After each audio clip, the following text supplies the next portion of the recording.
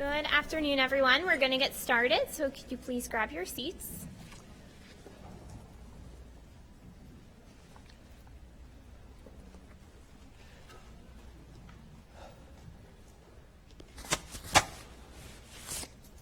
My name is Amy Nacarelli. I'm one of the Autism Initiative consultants for Patan. We also have several other staff members available in the audience, so if you have any questions, just find someone with a red staff name tag, and we'd be more than happy to assist. Before we get started with today's presentation, I just have a few announcements.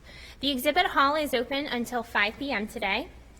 This afternoon, there's the poster session, reception, and art of expression exhibit from 3:30 till 5:30 today in Dean's Hall 1 and 2 with a cash bar.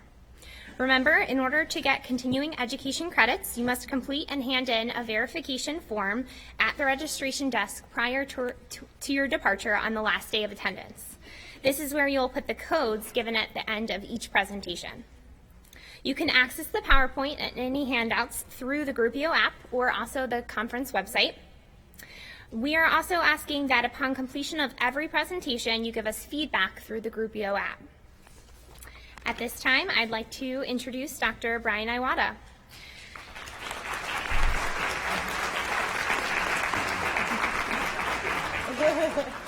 I'm going to go over a little bit about his bio, and then we'll get started with the presentation. Dr. Brian Iwata is Distinguished Professor of Psychology and Psychiatry at the University of Florida, where he also directed the Florida Center on Self-Injury and the Prader-Willi Syndrome program. Brian is the former chief editor of the Journal of Applied Behavior Analysis and former president of the Association for Behavior Analysis, the Society for the Advancement of Behavior Analysis, the Society for the Experimental Analysis of Behavior, Division 33 of the American Psychological Association, and the Florida Association for Behavior Analysis. His primary areas of interest are disorders of learning and behavior and research methodology. He has published over 250 articles and chapters, much of it focusing on the functional experimental analysis of severe behavior disorders, which is considered the standard of the field for both clinical research and practice. Dr. Brian Iwata has received a number of awards for his contributions to the field, including the Award for Lifetime Achievement in the Application of Psychology from the American Psychological Association. At this time, I would like you to help me introduce Dr. Brian Iwata.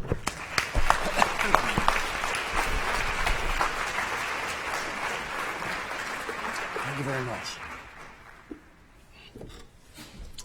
Well, thank you for that nice welcome. Wow, there are a lot of people here. Before I begin, let me just make a couple of comments. First of all, the topic. I have presented on automatic reinforcement in the context of assessment and treatment of problem behavior.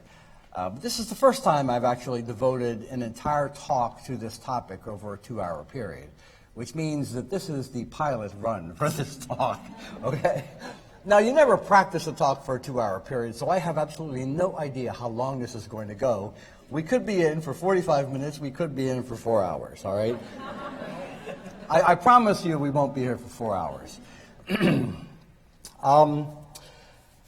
The second point I'd like to make, I actually forgot, so I'm just going to go ahead and begin. Well, some comment that Amy made made me think about it, and then by the time I got up here, it just went away, so to speak. All right, problem behavior maintained by automatic reinforcement. A key feature of all operant theory is behavior is acquired as a result of experience. It's acquired and maintained by consequences in the form of contingencies of reinforcement. Now, this presents a dilemma to our field because occasionally we encounter a response that does not seem to produce any consequences. No one comes by and delivers a reinforcer or removes anything following the occurrence of the behavior. And so how would we, as environmentalists, as behavior analysts, explain the occurrence of this behavior? Well, there are two competing accounts. Unfortunately, one of them is by our adversaries, and that's the individuals from the cognitive persuasion. And they would point to the examples of this behavior and say, aha, this is proof that some behavior, in fact, perhaps much of it, results from intrinsic sources of motivation That is, it is the product of internal causation. Why? Because we can't point to the delivery of a consequence as a reinforcer. Well, the response that the field has provided has accommodated the fact that some behavior is not followed by easily observed consequences to say that behavior is in fact governed by consequences. It's just that sometimes it's not people who deliver the consequences, but rather it is the behavior that produces them directly. And that gets us to the topic of automatic reinforcement. The term has appeared a number of times throughout Skinner's writing, and I just selected one example to start off with. He wrote about a situation in which a craftsman spends a week completing a given object. Each of the parts produced in the week is likely to be automatically reinforcing because of its place in the object completed, or the completed object. Now, he used the term automatic reinforcement to describe the maintenance of different components of putting together whatever this piece was. And I'd like to point out the fact that this was somewhat of an ambiguous reference to automatic reinforcement, because it seems as though he was describing more accurately a response chain, right? A sequence of events that might be functionally tied together by the same terminal response, that is, getting paid for producing a particular piece of furniture. So it's actually not clear if this is a good example of automatic reinforcement. And as I indicated, although Skinner used the term a number of times in his writings, he really didn't expand upon that concept very much. And so it's been left to others to sort of translate what he perhaps meant in describing automatic reinforcement. Well, a service to the field was done a number of years later by Marge Vaughn and Jack Michael, who wrote an article that was published in Behaviorism. It's now, unfortunately, a defunct journal, so it's very difficult to get your hands on this article. They described in greater length the concept of automatic reinforcement, and they defined it as reinforcement that is not mediated by the deliberate action of another person. It is a natural result of the behavior when it operates upon the behavior's own body or the surrounding world. And that's an interesting definition because it defines two different kinds of consequences for such behavior. One, the response acts on the body and produces stimulation, or secondly, the response acts on the environment and then the environment produces stimulation. All right, so those are two different ways that a response may directly produce reinforcers, neither of which involves deliberate, supposedly, action of another. So at any rate, they went on to describe automatic reinforcement in a number of details, and I've chosen a particular way to go about presenting it to you. So let's take a look at some characteristics of automatic reinforcement. First, the response. What kinds of responses are likely to be maintained by automatic reinforcement? And the answer, basically, is any kind of response, both public events, that is, those that have distinctive topographical features that we can observe and quantify very readily, as well as private events. These are responses that have very subtle features, many of which may be unobservable. Examples of those might be things like perceiving, seeing something, hearing something, feeling something, or problem solving, as when we take information in and sort of reorganize that information to answer a question, that is, solving a problem. And the various parts of the solving of the problem are unobservable, and the only solution is that we get an answer. What is the effect on behavior? Well, as I've already described, Vaughn and Michael suggested that there are two effects on behavior. One is that we can behave on our own bodies. We can engage in the response, and the response delivers stimulation, or we can engage in a response that somehow changes some feature of the environment that then will deliver reinforcement or stimulation. Now, Skinner, in using the term automatic reinforcement, did not fortunately choose a term that would allow you to describe something that wasn't automatic reinforcement. Right? So if automatic reinforcement produces direct reinforcement, what is reinforcement that doesn't produce? What is responding that does not produce direct reinforcement? That is, responding that is maintained by reinforcers delivered by other people. And so there really wasn't a complementary set of terms that one can derive from his writings. So some synonyms have sort of arisen over the years, and those might include things such as direct and indirect reinforcement, meaning responding that directly produces a reinforcer, automatic, versus indirectly through the actions of another, or to emphasize the delivery of the reinforcer by people, either social or non-social reinforcement. So you could pick either pair if you like, and the pair would accurately describe automatic versus, quotes, whatever not automatic reinforcement is. Now finally, and this is not something that Skinner really emphasized to a great extent, if the delivery of reinforcement, that is, the production of sensory consequences, can strengthen responding, then in theory, any response that influences those kinds of consequences could produce responding. So the term automatic reinforcement probably should be expanded to basically a term that's something like automatic contingencies, because the consequence does not necessarily have to be a positive reinforcer. It could be a negative reinforcer, right? Or it could actually be a punishing stimulus that is directly produced by the response. So although the term automatic reinforcement has been the term that's been emphasized, in actuality, we're talking about any response that produces any kind of consequence that's not delivered by anybody else, be that a positive reinforcer, a negative reinforcer, or a punishing stimulus. And of course, these consequences could be either unconditioned or conditioned kinds of consequences. Now that's throwing a lot of things at you, so let me see if I can clarify that a little bit by giving a few examples. So, what are some examples of, quotes, automatic contingencies? Let's take positive reinforcement. First, unconditioned forms of positive reinforcement. Most people would agree that things such as consuming food or turning on a light involve automatic positive reinforcement. We respond, it produces a stimulus.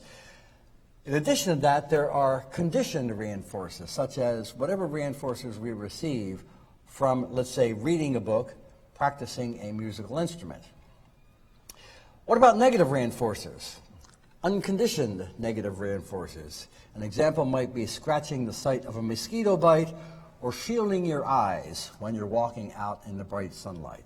All right, the reinforcer there is escape from or avoidance of the bright light.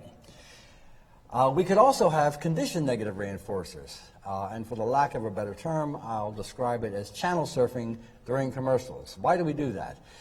Well, we typically don't do that because whatever it is we see is a positive reinforcer, right? Because otherwise we will be doing that at very, very high rates. Instead, what we typically do is we do that when the commercial comes on, which basically means we're engaging in some response that avoids us having to look at that dumb commercial, all right?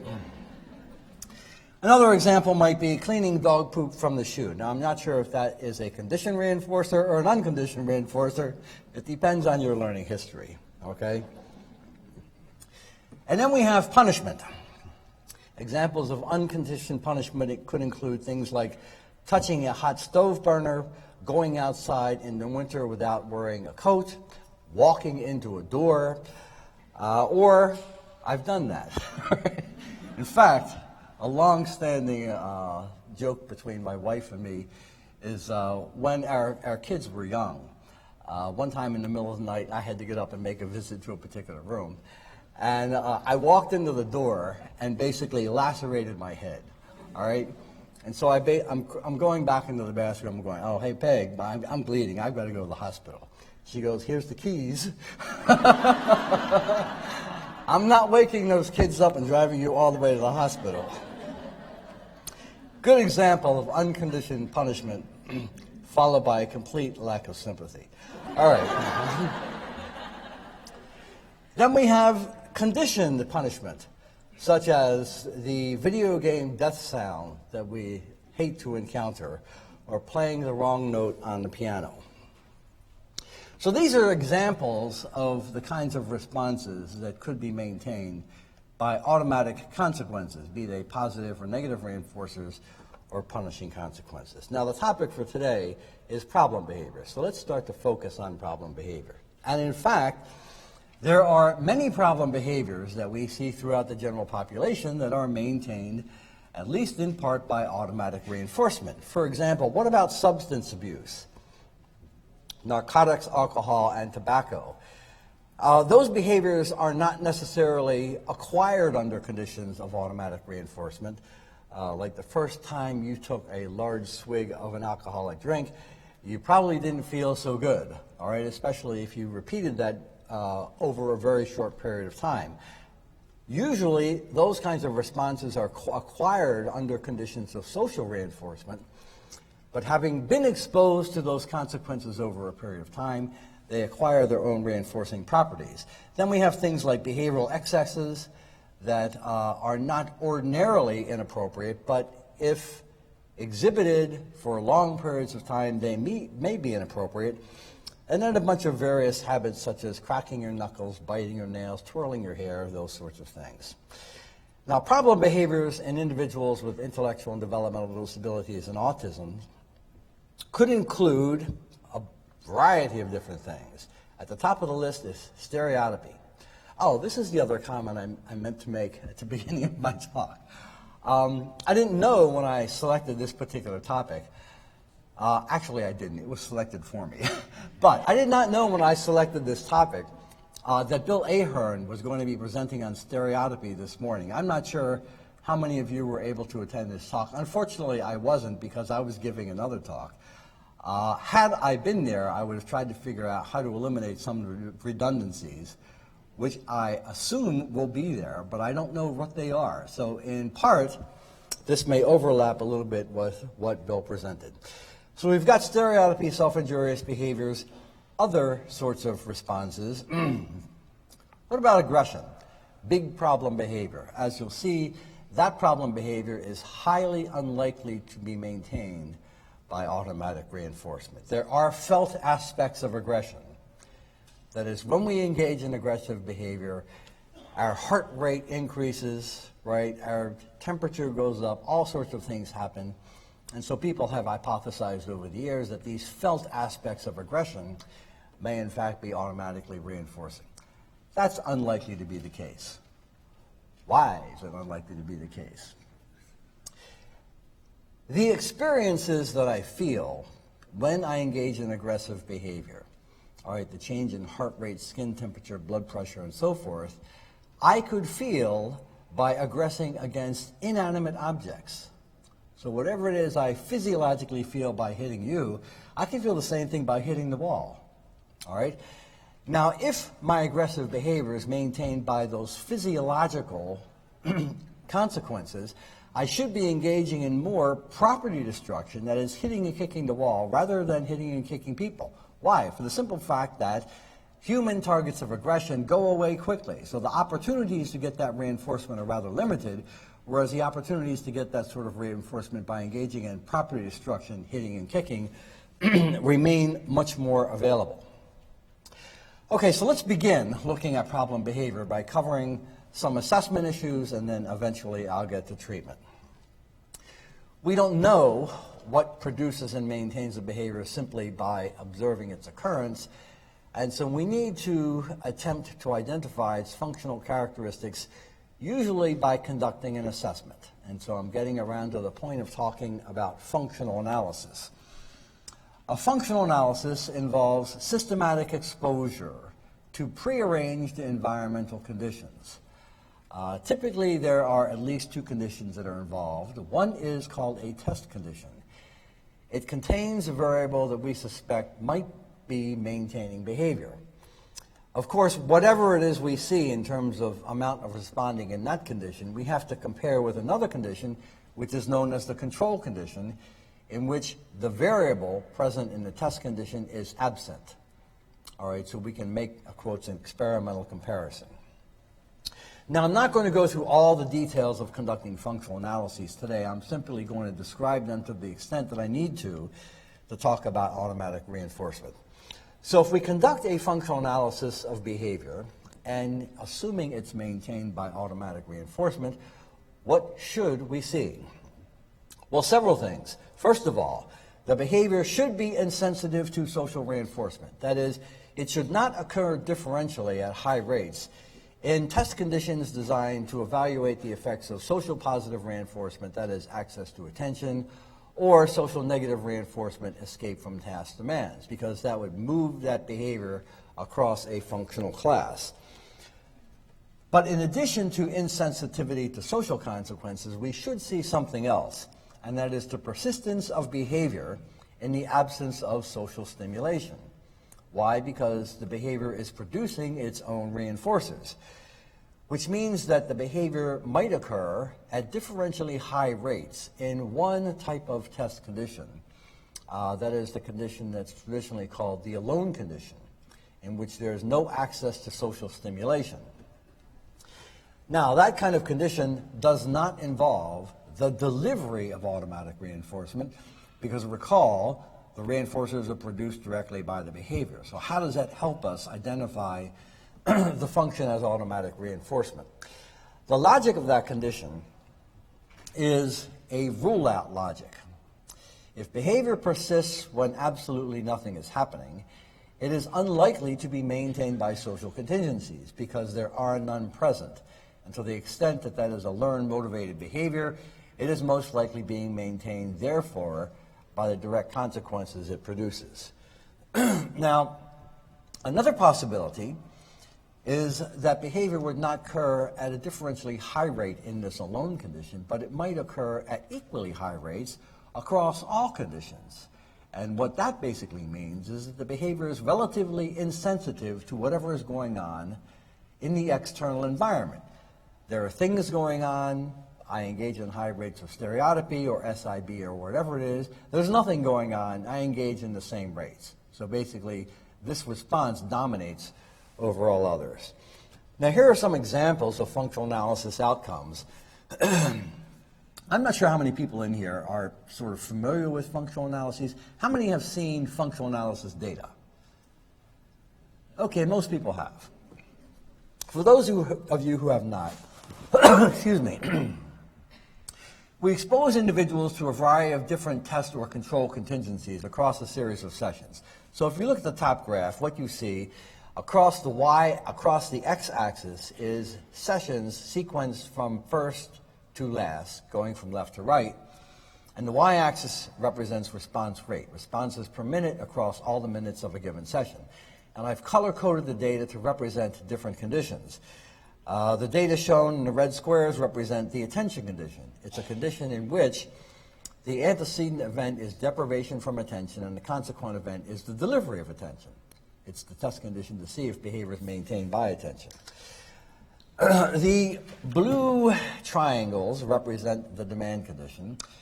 It's a condition in which the antecedent event involves the presentation of usually of demanding work trials, and the consequence for problem behavior is the termination of those trials. So it's the test condition for behavior maintained by social negative reinforcement. The control condition is shown in green. It's a condition in which there's no deprivation from attention. Attention is available for free. No task demands are presented. And there are lots of fun things to do. So regardless of the function of behavior, we should see a relatively low rate of the behavior in that condition. And the black data points represent the alone condition. Nothing happens in the alone condition. So in the top graph, you notice there's a higher rate of problem behavior in the attention condition relative to others. We would say that that behavior is maintained by social positive reinforcement in the form of attention, not maintained by automatic reinforcement. Similarly, in the second graph, you see a high rate of problem behavior in the demand condition. We would say that that behavior is maintained by social negative reinforcement, escape from task demands, again, not automatic reinforcement. It's the third graph that's interesting from the standpoint of looking at behavior maintained by automatic reinforcement.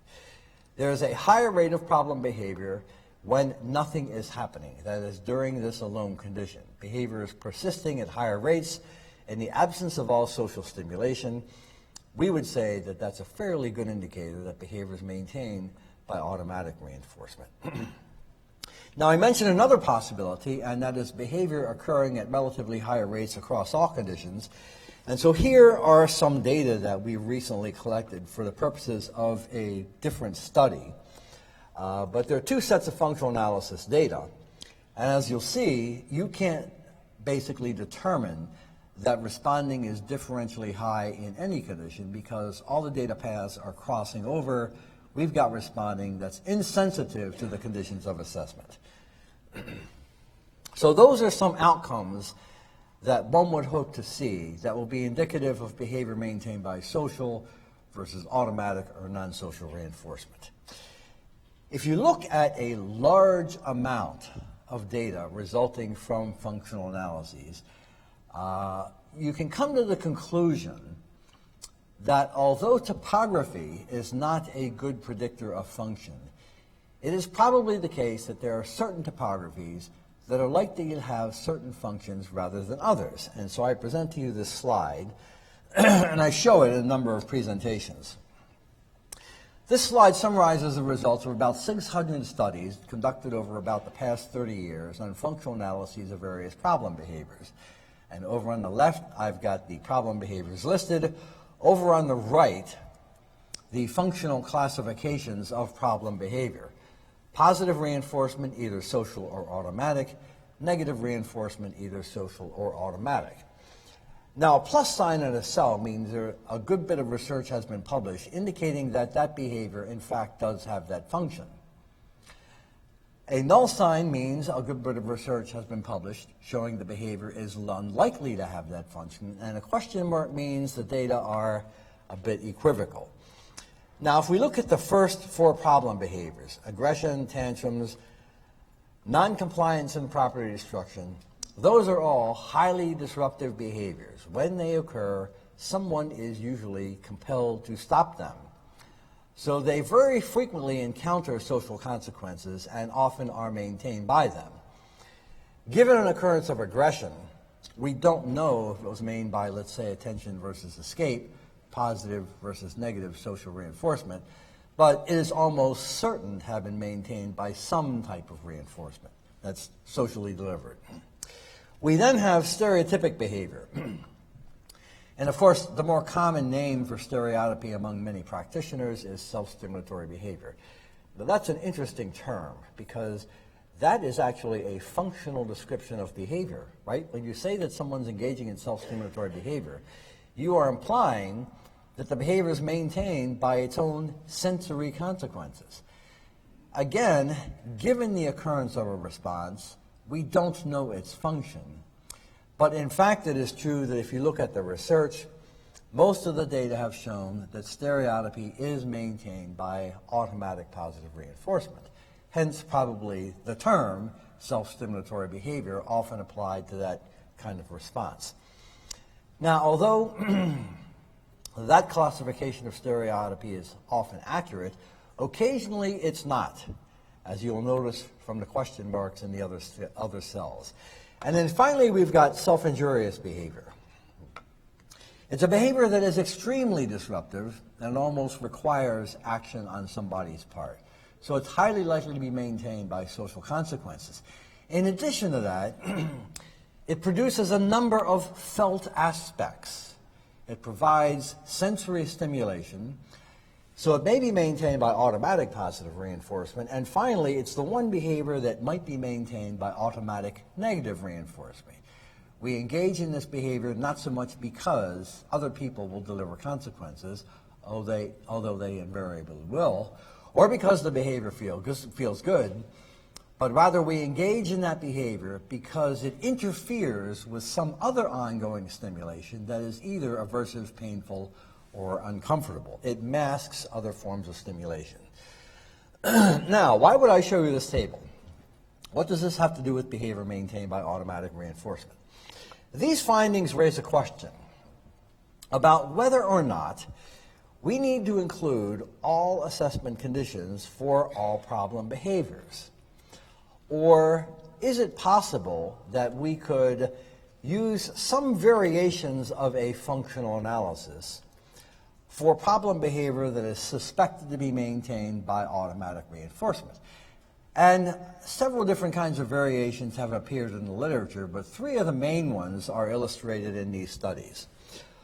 The first one was published by Tim Vollmer back in 1995.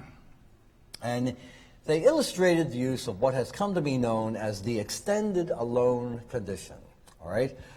Now, it doesn't mean you're left alone for a long period of time. It means you're left alone for extended numbers of sessions. And as I will show in the data, essentially they designed that particular method to verify the fact that problem behavior was likely to persist in the absence of stimulation following obtaining unclear functional analysis results. So they initially conducted a functional analysis. The data were uninterpretable. They said, let's take away everything, observe the individual during a series of alone sessions. If behavior persists, it's probably being maintained by automatic reinforcement rather than something like, let's say, multiple control.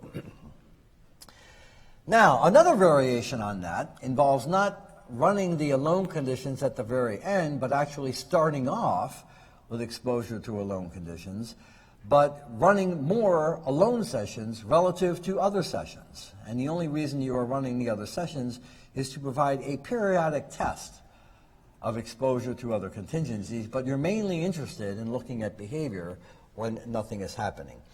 And the last one, the last method I'll describe in greater detail, it's the one that involves the violation of the rule of an experimental analysis. That is, there is a test condition, but there is no control condition.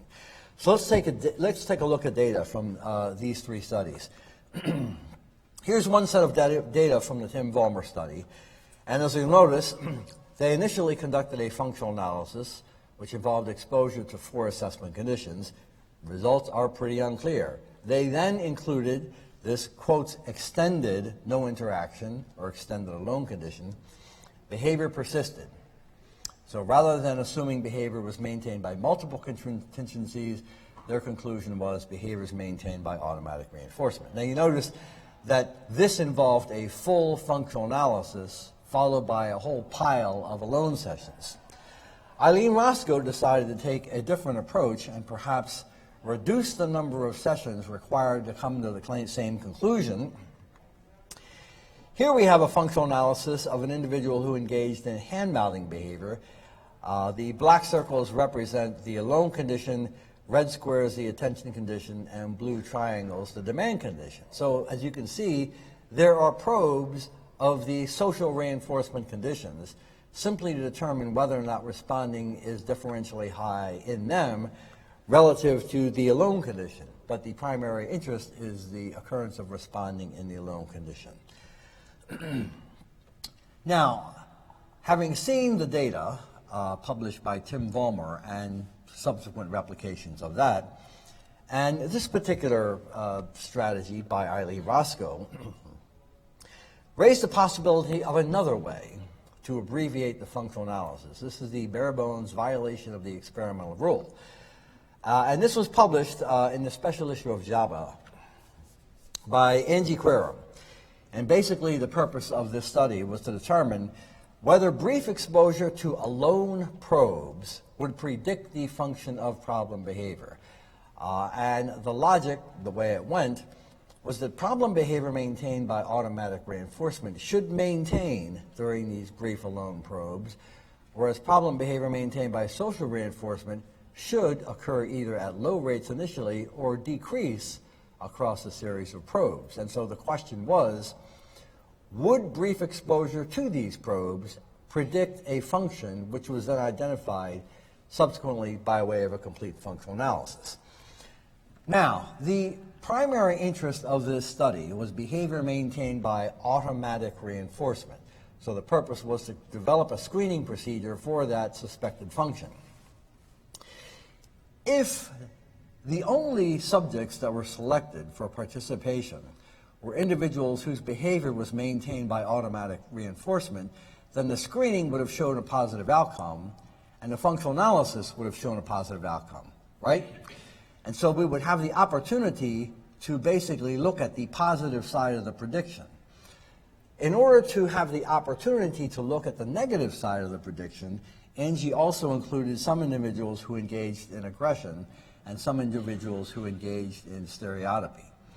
And so looking at aggression, allows you to make a negative prediction about maintenance by automatic reinforcement, which then would be verified by conducting a functional analysis.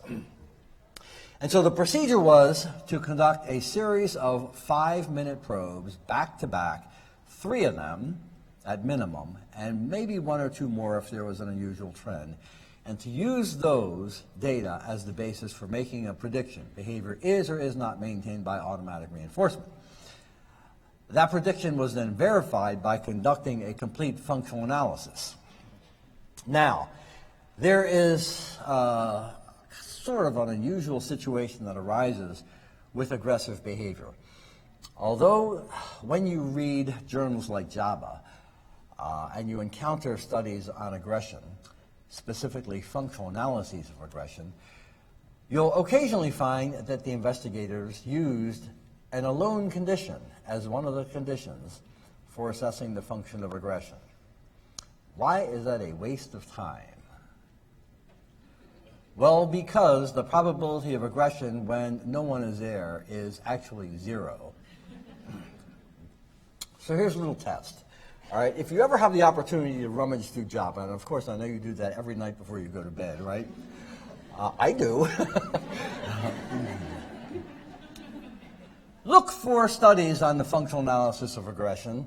Look for the use of the alone condition during the functional analysis and conclude that those investigators don't really know exactly what they're doing, okay? And you'd be surprised who has that, who engages in that practice.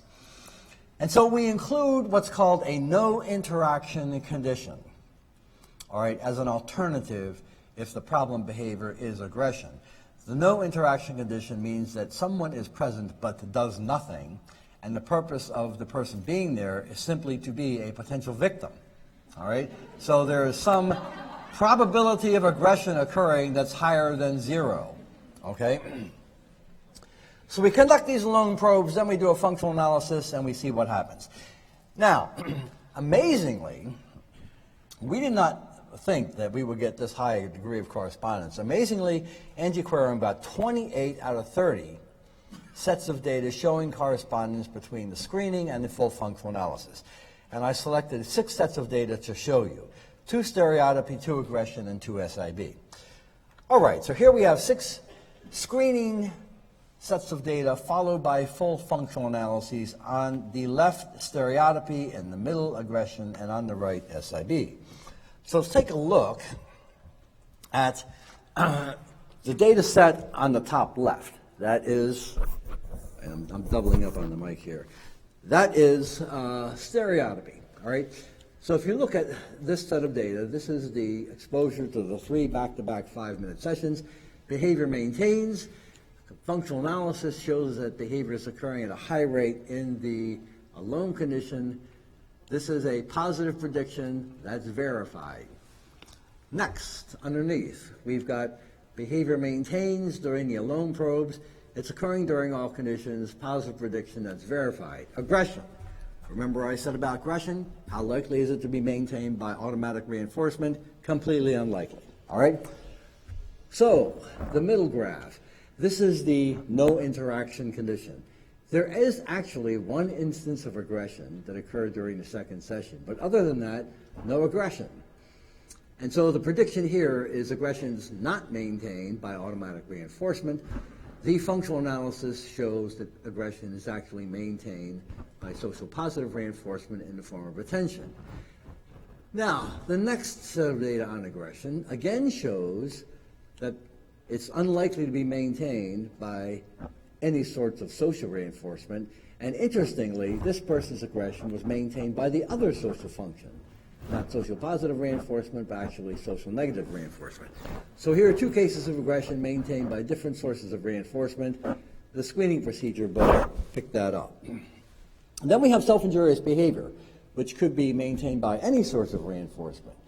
So on the top, we've got SIB that maintains during the alone screening, and in fact maintains at a higher rate during the alone condition, so positive prediction verified. But this last person's SIB doesn't occur during the alone condition. So there is a negative prediction, and in fact it turns out that this person's SIB is maintained by escape. Okay, so these are 6 sets of data out of 28 that showed correspondence out of a total set of 30. The conclusion, the tentative conclusion is that if you are highly suspicious that behavior is maintained by automatic reinforcement, then the most efficient thing you might do is simply put the person in a room alone with nothing to do and watch for a while. And if the behavior continues to occur, then, although it is not a true experimental or functional analysis, all right, based on these data and assuming they have some degree of generality, you might be done, all right? And so the implication is, if the referring problem is non-injurious, non-aggressive stereotypy, that's the functional analysis. And you're out of there in like 20 minutes or 30 minutes or something like that. Now, are there other ways to perhaps detect an automatic reinforcement function that do not involve conducting a full functional analysis? One of them might involve simply demonstrating a reinforcement effect to the extent that we can limit exposure to the reinforcer produced by the response. We might be able to arrange 2 conditions. One would be a contingent reinforcement condition, the other one extinction condition. And if we could do that, and we see a difference in rates across those 2 conditions, that might be good enough to conclude that behavior is maintained by automatic reinforcement. Now, here's a set of data published by Rinkover, Newsom, and Carr a number of years ago. The target behavior was that this young girl had a habit of getting out of her classroom chair, running up to the wall, and continually flipping this light switch off and on. All right, and as you can imagine, this is causing some difficulties with all these other kids in the classroom. So Rinkover et al. Concluded that the behavior was probably maintained by the change in visual stimulation produced by the light switch flipping behavior. All right, I had to go slow on that one because otherwise it would not come out right. So interestingly, that's an example where the behavior did not act right on the body, but rather the behavior acted on the environment, then the environment produced stimulation that then could be received.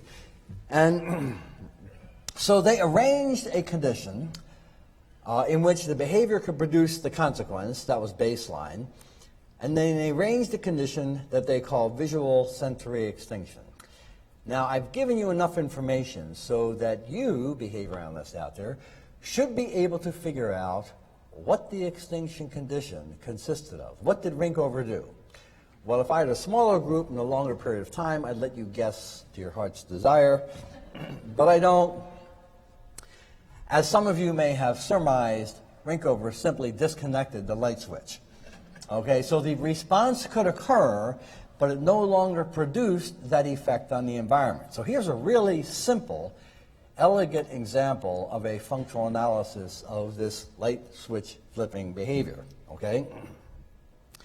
Now, although that's a good example, it's probably an outlier, because more often than not, people are not acting on the environment that then produces stimulation, but they're acting on their own body, right? That is the licking and the twirling and the sucking and the rolling. It's kind of like, how do you sever the response from the reinforcer? I'll get to that problem a little bit later.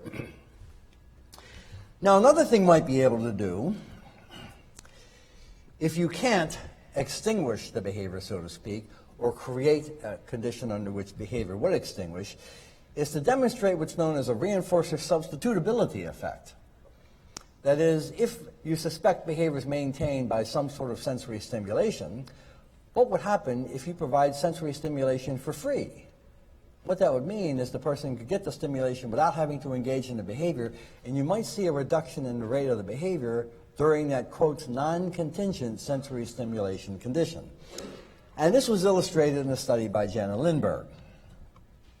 It was a study on self-injurious behavior, and so you see the baseline rate over there in the first condition, and then a condition that's under the label NCR, non-contingent reinforcement.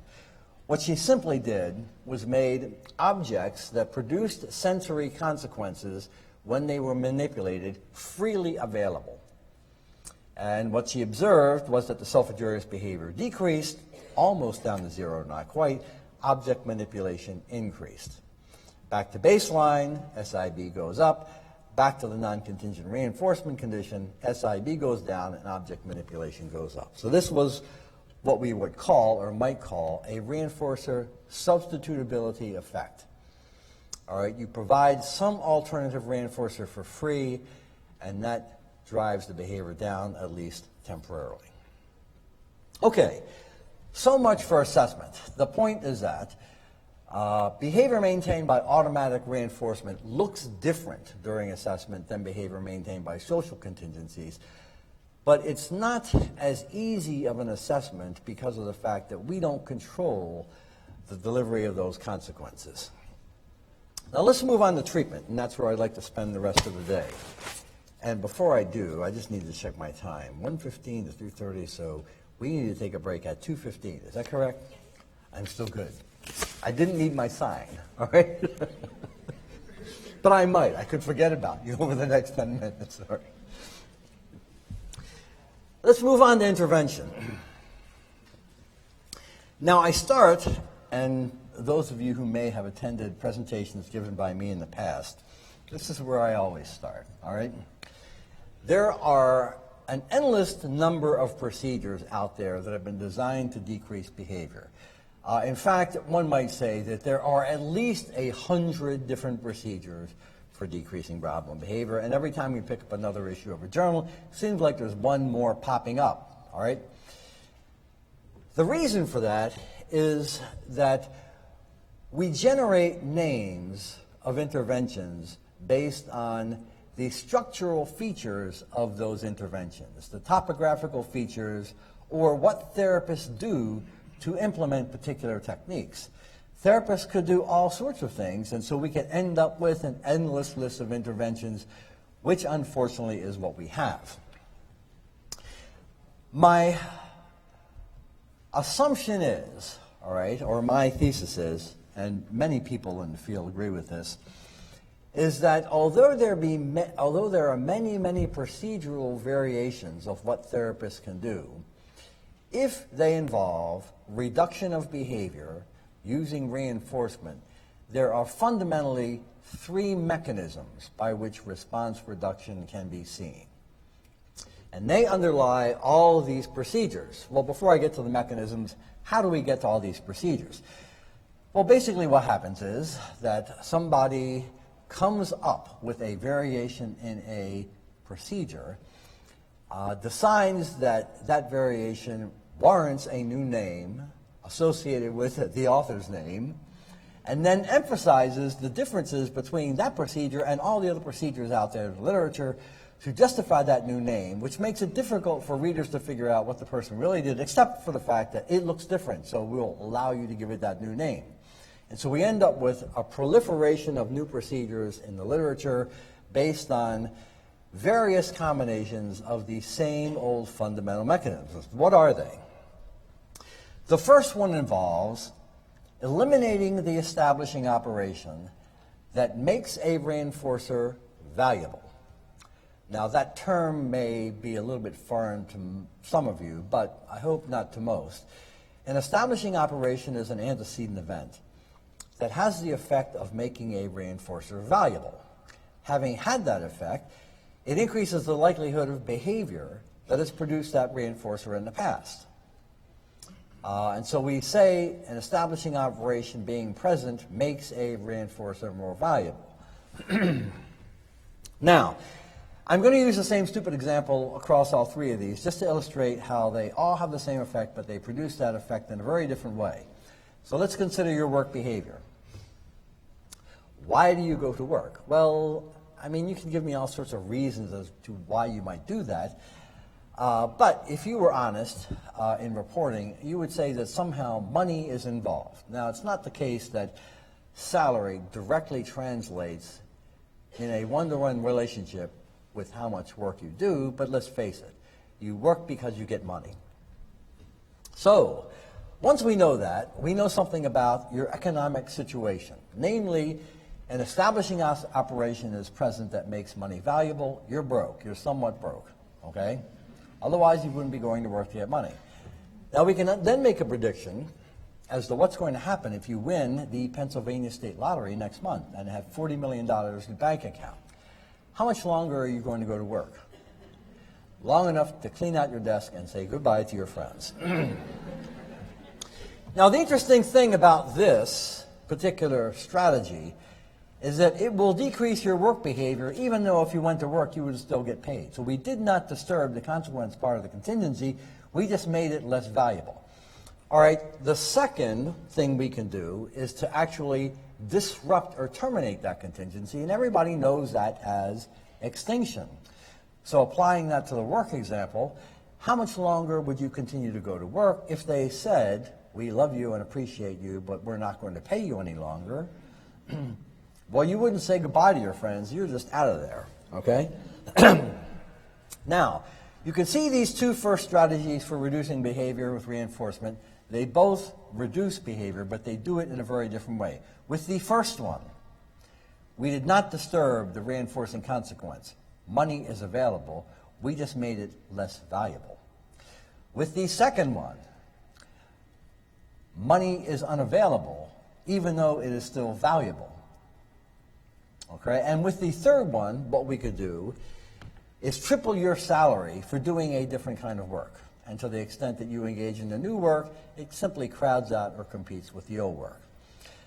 So many people agree that this consists, or these comprise, the universe of ways to reduce behavior with reinforcement. And the nice thing about them is that they generalize across all functions of problem behavior. So the reason I present this now is that these are the strategies for reducing behavior generally. What we can now do is to look at behavior maintained by automatic reinforcement and figure out what sorts of procedural variations have been generated from these three. So let's take a look at strategy number one, the establishing operation manipulation. The establishing operation for behavior maintained by automatic positive reinforcement is some sort of sensory deprivation. Why do people engage in self-stimulatory behavior? Because they're not getting very much, and they don't have alternative ways to produce sensory stimulation. One obvious solution is to deliver sensory stimulation, all right, that alleviates that source of deprivation. And a variety of different examples have been published in the literature. I'll just describe a couple of them. One of the very early studies appeared in JAMA many, many years ago, predating anything on the functional analysis of problem behavior by at least 12 years. And that's a study published by Bailey and Myerson. What they simply did was to hook up a vibrator to the crib of an individual who engaged in head-banging behavior, so that the vibrator would deliver the sensory stimulation non-contingently independent of behavior. And they found that that led to reductions in the self-injurious behavior. Another example goes by the name of a particular technique that was published in several studies during the early 1980s. And it was called the food satiation procedure. It was aimed at a particular problem behavior, and that is rumination. Rumination involves repeatedly bringing up partially digested food into the mouth and then re-swallowing it, and then up and down and up and down. It's not a very fun problem behavior to have to be dealing with. And there's good reason to believe it's maintained by automatic reinforcement, as disgusting as that may sound, right? Why can't I just find some new food? Well, if it's unavailable, then you can just keep on sort of producing similar kinds of food. And Jim Johnston, Jim Rast and colleagues showed that feeding people large quantities of food led to decreases in rumination behavior, all right? So it's non-contingent delivery of food made ruminating apparently less reinforcing. Now, that was a relatively effective technique, but it did not become a very widespread technique because they did not provide very many details about how they produced that satiation effect. Basically, they said they gave the person free access to food until they engaged in X many refusal responses across Y amount of time, like 5 refusals across a 5-minute period. They said, okay, the person's satiated. Well, the question became, okay, how much food do they eat before they get to that criterion? And the answer sometimes was extremely large volumes of food. And so this satiation procedure eventually became one that often raised objections, particularly by dietitians, okay, because the individuals were now not ruminating, but they're gaining tons of weight.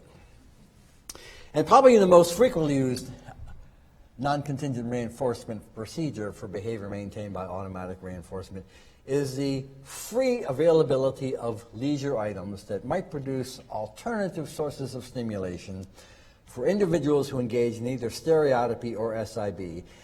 And that's been demonstrated in a number of studies going way, way back to the early work by Berkson and Mason back in the mid-1960s. So here's an example, data example of one of these strategies, non-contingent access to leisure items. So this was a study published by Shore et al. Ooh, there's a typo at the top of that, sorry. I told you this was the pilot run. Here are data for 3 individuals. During the baseline, she's simply collecting rates of responding on SIB when nothing is going on, and then she provides non-contingent access to leisure materials. SIB decreases when the leisure items are available, and leisure item manipulation goes up. Replication by way of AB designs, and so what we've got is a relatively straightforward non-contingent reinforcement approach to dealing with self-stimulatory, self-injurious behavior.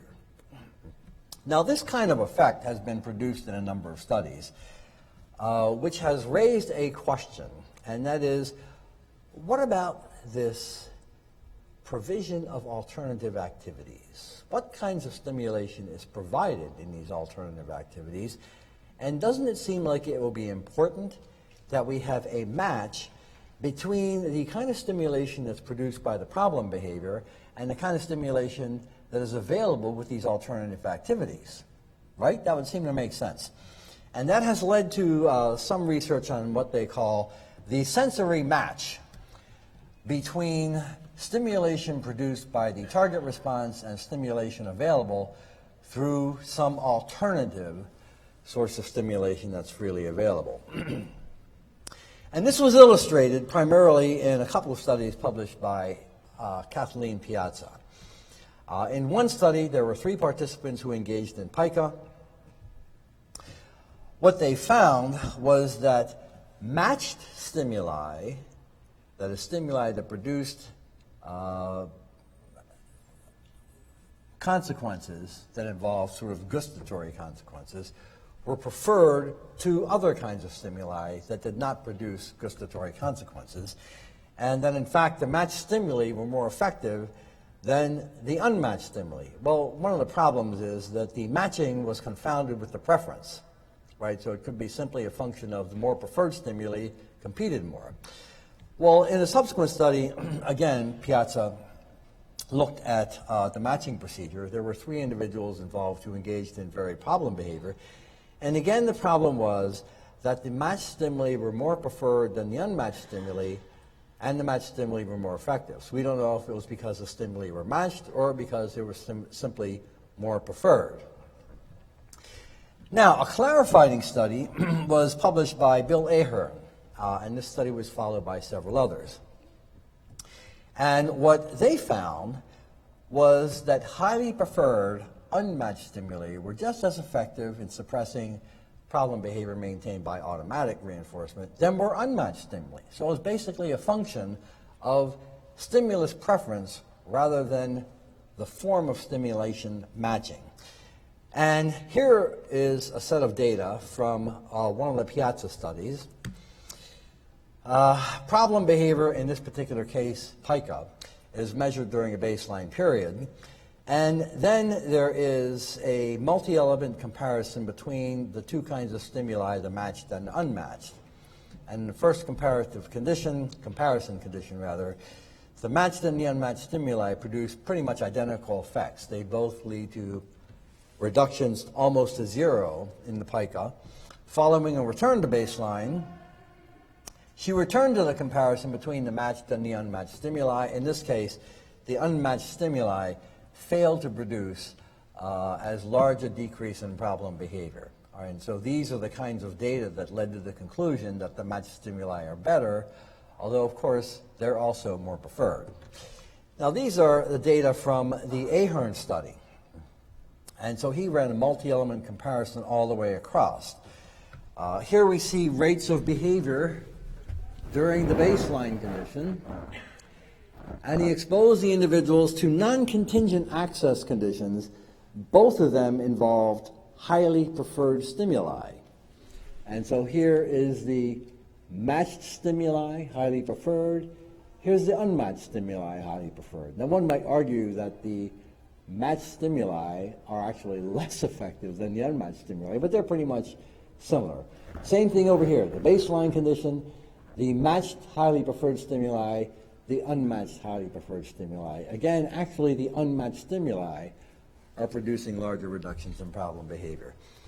So although the matching notion is an interesting kind of notion, if you look at several comparative studies that have been published in recent years following the Piazza work, what you'll generally find is there's not a whole lot of evidence for the fact that the stimuli used need to match the stimuli produced by the response. They just need to be as good as or better than those stimuli and preferred.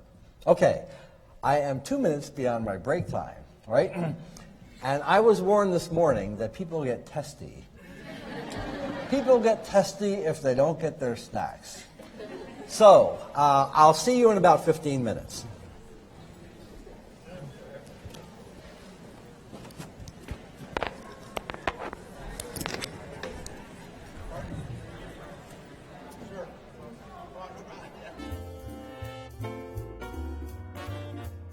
So I'll go ahead and resume.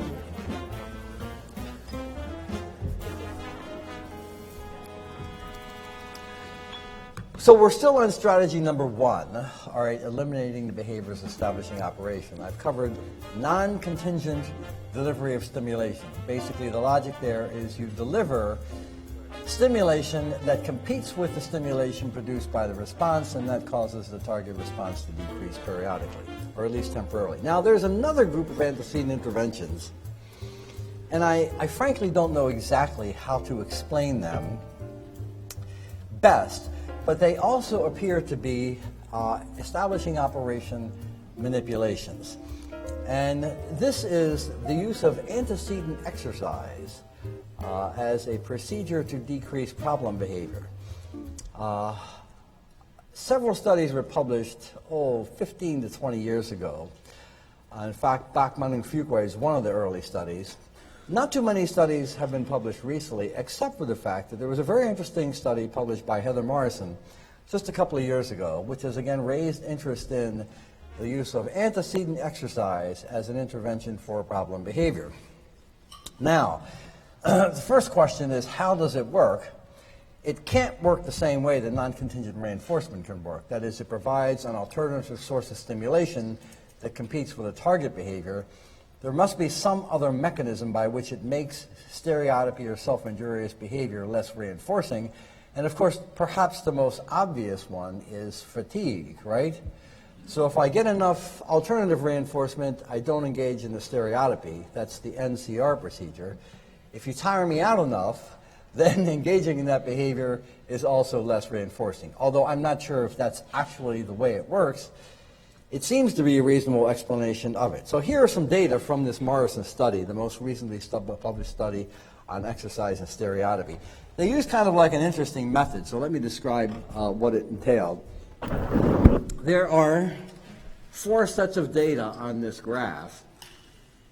Each set of data consists of a series of 3 conditions. So let's take this top graph as an example.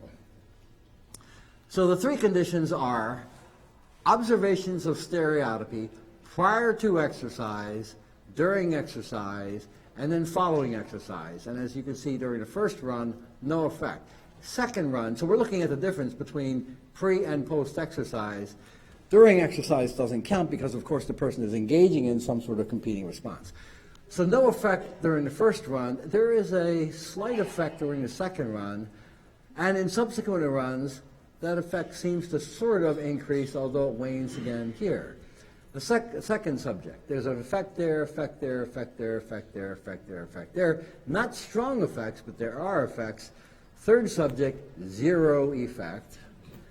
And the fourth one, there's an effect there, reduction from pre to post. A noticeable effect there, a large effect there, no effect there, and very slight effect there. So these are actually probably the best controlled data on the use of antecedent exercise as a treatment for problem behavior. And as you can see, the effects are either somewhat modest, okay, overall, or equivocal. So I'm suggesting that as one possibility as an antecedent intervention. Doesn't seem to produce very powerful effects, however. All right, so much for strategy number one, modifying or eliminating the behaviors establishing operation. What about strategy number two, extinction type interventions? So strategy number two involves trying to identify the source of reinforcement and eliminating it. A bunch of procedures, somewhat different, have fallen under the category, the umbrella category of what we call sensory extinction. And they've involved a variety of different sort of interventions. One of them, illustrated in a study by Rinkover et al., involved manipulation of the physical environment so that the response no longer produced the same kind of outcome that it did previously.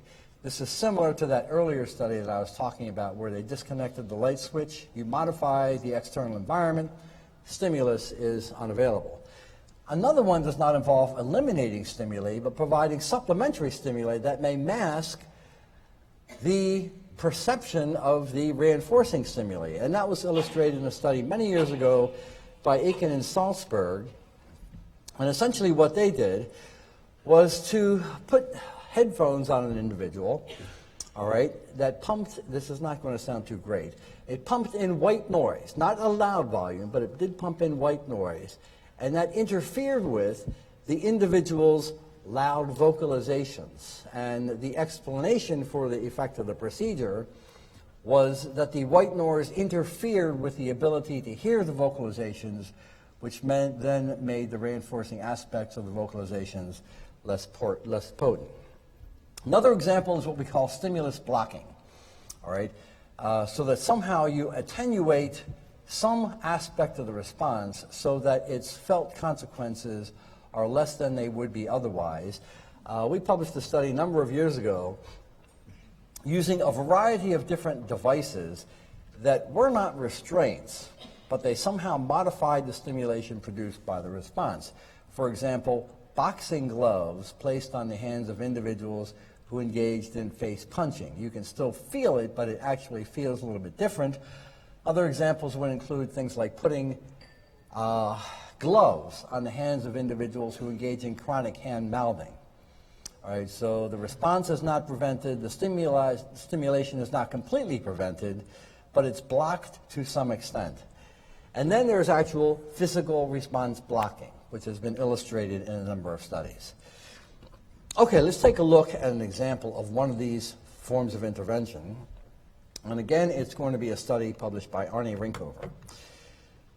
So this was a situation in which the individual engaged in not light switch flipping behavior, but plate spinning behavior. Okay, I don't know where they came up with these interesting responses. So this kid basically spent a lot of time spinning plates on tabletops, especially, and occasionally on floors. And Rinkover came to the conclusion, or rather developed a hypothesis, that it was the sound of the plate spinning, all right, that maintained the behavior. And so what they simply did, it says sensory extinction auditory, what they did was they carpeted everything, right? So the floor is now carpeted, the tables are now carpeted, the kid could spin the plates, but it didn't produce the sound that it did before. All right, so that was an attempt at sensory extinction. Okay, so now I've presented two different strategies for reducing behavior with reinforcement. One, the establishing operation manipulation, non-contingent reinforcement being the perfect example. Another one being sensory extinction. We conducted a study a number of years ago in which we wanted to compare the effects of non-contingent reinforcement and sensory extinction on self-injurious behavior maintained by automatic reinforcement. And so, of course, first we conducted a functional analysis, and then we conducted a series of assessments to identify highly preferred sensory events that we would deliver as non-contingent reinforcers. And we also attempted to identify various devices that would attenuate the stimulation produced by the response. And so we included a comparison in which both of those procedures were evaluated within the same individual, and here are the results from that study. So during baseline, the individuals simply are left alone to engage in behavior. And then we have the treatment condition that consists of a comparison of two types of procedures that are alternated back and forth. The data shown with data points connected by the dotted lines represent the sensory extinction sessions. The data with the solid lines represent the non-contingent reinforcement sessions. And so here you see pretty much the same effect with the non-contingent reinforcement and extinction. It looks like non-contingent reinforcement may have produced somewhat of a larger decrease in the problem behavior. Second individual, eventually, problem behavior goes to 0 in both conditions, and the only difference is that the non-contingent reinforcement procedure seemed to produce a faster effect than did the sensory extinction procedure, and the third person pretty much showed the same outcomes. So this was a somewhat limited study, but because there were only 3 individuals involved. But at any rate, the major finding was that both procedures were effective with all individuals. There was some evidence to suggest in favor of the non-contingent reinforcement procedure. In one case, it produced a larger decrease. In the other case, it produced a faster decrease. Now, there's another group of interventions that technically are not extinction, but I classify them as such because they seem to produce extinction-like effects. And those are response effort interventions. Basically, what we do, or what one does, is somehow make the response more effortful to exhibit, which means the reinforcer is available, but it takes more effort that is engaging in behavior to get it. And that may actually produce something that is akin to an extinction effect. So a couple of examples of those, and I'll show you sets of data illustrating both, are wrist weights. In a classic study, Ron Van Houten was working with a young girl who engaged in face-punching behavior that was maintained by automatic reinforcement. And what he simply did was to put 1.5-pound wrist weights on her arms. Now, this is not a restraint, right, because she could punch herself freely by wearing these wrist weights. But what he noticed was that, lo and behold, wearing the wrist weights dropped the behavior pretty much down to 0 rather quickly. Now, it was not described as such in the article, but a nice feature of that kind of intervention is it involves a distinctive cue correlated with the treatment condition, right? So the wrist weights became discriminative for increased effort required to produce the reinforcer. So one would expect relatively rapid effects when you put those devices on. Now, other examples have involved ways to make various kinds of responses more effortful, and several examples of this one have been published in the literature, and that is using flexible arm sleeves. There are these sleeves that you can purchase. You simply strap them on the arm, or you can Velcro on them on the arm, and when left in their natural state, they're completely flexible. No interruption at all with any range of motion. But they've got these channels that run down the sleeves, and you can insert little either plastic or plexiglass rods into the channels, and you can dial in the amount of effort required to engage in behavior. And so they might be helpful for someone who engages in prolonged behavior at the mouth, like chronic hand-mouthing behavior, because the longer you engage in it, the more effortful it becomes until the behavior pretty much simply stops, okay? Now, here's an example from the Van Houten study. The conditions are basically labeled weights off, weights on, weights off, weights on. It's a simple reversal design. And as you can see with the weights off, the individual is engaging in whatever the baseline rate is of head hitting. Interestingly, when the weights go on, the behavior drops very precipitously. Now, it looks like it's almost a magical effect, right, going from here to zero. What you'll notice is that there are several responses occurring. So several responses occur during the first session, and then it drops off, and then it remains pretty much at zero. One would expect that you would see perhaps a slower reduction in the rate of response decrement. So as the individual experiences the effort, responding would decrease. But once it decreases, it should remain relatively low. Why? Because of the discriminative properties of the stimuli. So we've got weights on, weights off, weights on, off, on, off, on, off. Okay, very clear treatment effect.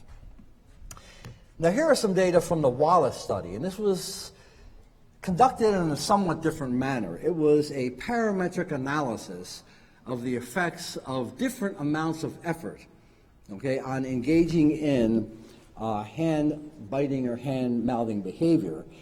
But in addition to taking data on the hand mouthing behavior, we also took data on the ability to eat. And what we were trying to do is to figure out what is the right amount of rigidity to put into these arm splints so the individual could still freely eat, but was less likely to engage in the hand-to-face self-injurious behavior. So here are the results for two individuals from that study. Over on the left, we got responses per minute of SIB, and SIB is represented in the closed triangles. And over on the right, we've got the percentage of trials during which the individual could take a drink, or did take a drink when given the opportunity. And across this axis, we have the sleeve conditions. So this is wearing no sleeves whatsoever. This is the sleeves without any stays in them, 5, 10, 15, 20, 25 stays, or once we got to 25, there were so many that we substituted in 5, 6 stays. So what you see with the first person is that during the no sleeve condition, you've got obviously lots of SIB, but the person can freely engage in the eating behavior. As soon as the sleeves are put on, even though there is relatively little effort involved in engaging in the behavior, the response quickly dropped off. And it keeps on dropping off more and more until it gets to zero. This is a very nice progression in behavior. Reduction in responding is a function of increased effort. And what you'll notice is that the individual could continue to engage in the feeding response until we got to the 5, 6 days condition. So if we were going to select a condition for this person that involved the use of these flexible arm splints, we would have picked either that, right, because that produced a pretty good effect, or something like that, or even that or that, because all along this progression, there's continual reduction in problem behavior, but no detrimental effect on the feeding. Okay, now the second individual showed a different outcome.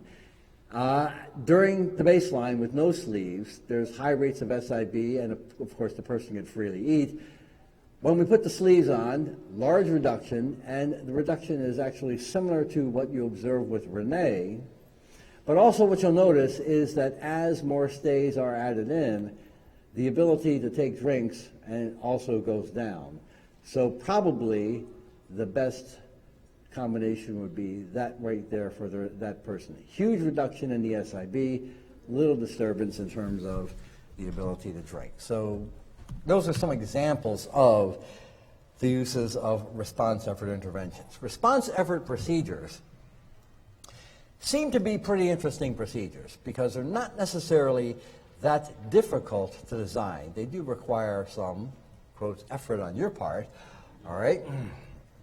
But once they're put into play, they seem to have relatively good effects. And as indicated in these data, they don't necessarily have detrimental effects on the occurrence of adaptive behavior. Okay, now let's move to the third strategy, the differential reinforcement strategy, this building the competing response.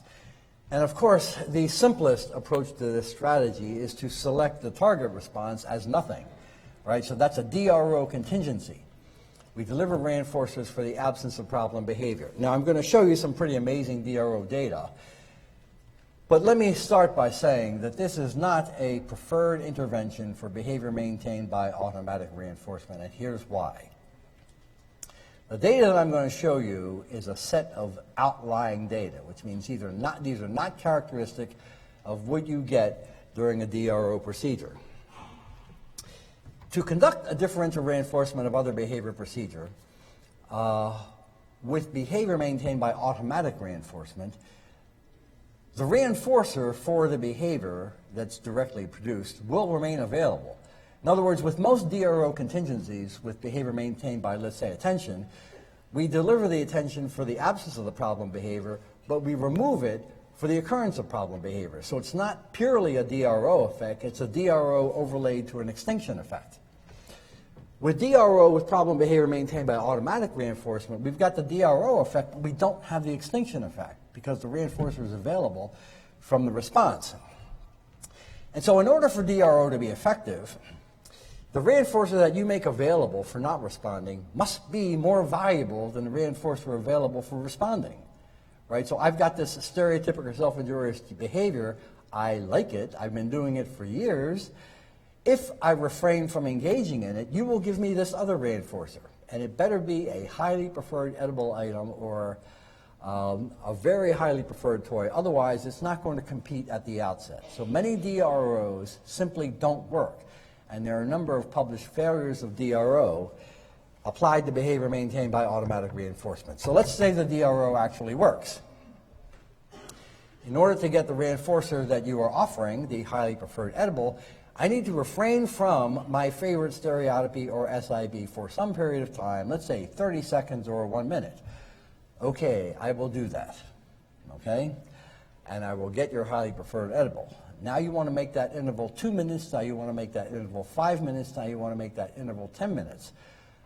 Well, whatever the reinforcer is that you were offering, right, was more valuable under the 30-second interval condition, but it's not going to remain more valuable once we get out to the 5-minute or 10-minute condition. Do you see what I mean? Because if you continue to offer me this cheesy reinforcer for depriving of myself of my favorite stereotypy for longer and longer periods of time, the DRO simply fails to compete under longer schedules or longer sessions, and eventually will simply fall apart, okay?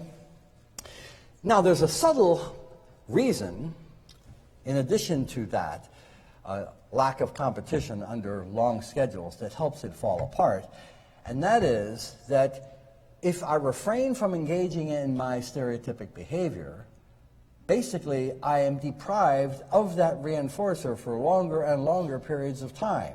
And of course, the reason I engage in that behavior is because I don't have many other reinforcers. So the longer I go not engaging in that behavior, the establishing operation actually increases. That reinforcer actually gains value. So it's not just that your reinforcer loses value, it's that my reinforcer actually gains value. Okay, so that's why DRO is not necessarily a very effective procedure to use. Nevertheless, here are some interesting DRO data. This is an application of DRO with an individual who engaged in severe scratching behavior. There are two scales, so let me explain what these data show. The data shown in blue represent the percentage of intervals of scratching. And during baseline, you can see that it varies from about 85 to 90%. The red data points represent session length in minutes, and the longest session was 30 minutes. So you read the red data point values on that scale. So following a baseline period, the DRO is implemented during short sessions, and it produces a huge effect on behavior. Following a reversal, the DRO was reapplied and again produces a huge effect and eventually drove behavior down to 0. Meanwhile, session length is increasing all the way up to 30 minutes. And so what does this session look like? The individual is put in the room. 30 minutes later, a reinforcer is delivered, and during the interim, no SIB is occurring. All right, so that's a very unusual application of DRO, something like you're rarely going to see. Now, a preferred target under the differential reinforcement strategy is to select an alternative response. Now, when we use DRA kinds of procedures for problem behavior, if the problem behavior is maintained by social positive or social negative reinforcement, the form of the response is unimportant. It doesn't really matter what that new response is, because what's critical is the reinforcer that is being used to support it. In the case of positive reinforcement, it's the contingent delivery of, let's say, attention. In the case of negative reinforcement, it's the termination of task demand. So we're teaching the person a new way to recruit attention or to escape, and it's the consequence that's valuable, and how that consequence is delivered is unimportant, whatever the behavior is. With behavior maintained by automatic reinforcement, we have a very different situation. We'd like to select a response that will put the person in contact with a highly stimulating environment, so that that response may acquire its own reinforcing properties, right? It will become an automatically reinforced behavior and will maintain over time, so that you don't have to keep on reinforcing it forever. So actually what you're trying to do is to develop an alternative self-stimulatory response to compete with the first self-stimulatory response, right? And the hope is that the one you're using as a replacement will be either less dangerous or less unusual looking than the first one. So this sort of procedure has been found to be effective in a number of studies, simply prompting toy play, all right, and eventually toy play is required and stereotypy drops off. That was illustrated in a study by Singh and Milenchamp a number of years ago. However, there are some other studies showing that simply prompting is ineffective as an acquisition strategy. Not only the prompting, but also the supplementary delivery of arbitrary reinforcers such as food, and in fact, procedures such as blocking may be helpful. And the third one has only been published in a very small set of studies, originally by Margie Charlotte back in 1990. And it's been replicated a couple of times and extended. And it's unusual because it involves access to the stereotypy as reinforcement for engaging in some alternative behavior. All right, so we're teaching you to engage in an alternative replacement response, and what we do is, as you engage in that response, we give you reinforcer intervals during which you have access to the stereotypy, which of course means that we need to be blocking it while we're trying to build the alternative response. Now, the reason some people consider that a potentially attractive intervention is it capitalizes on the fact that you already have a potent reinforcer for this person that is access to the stereotypy.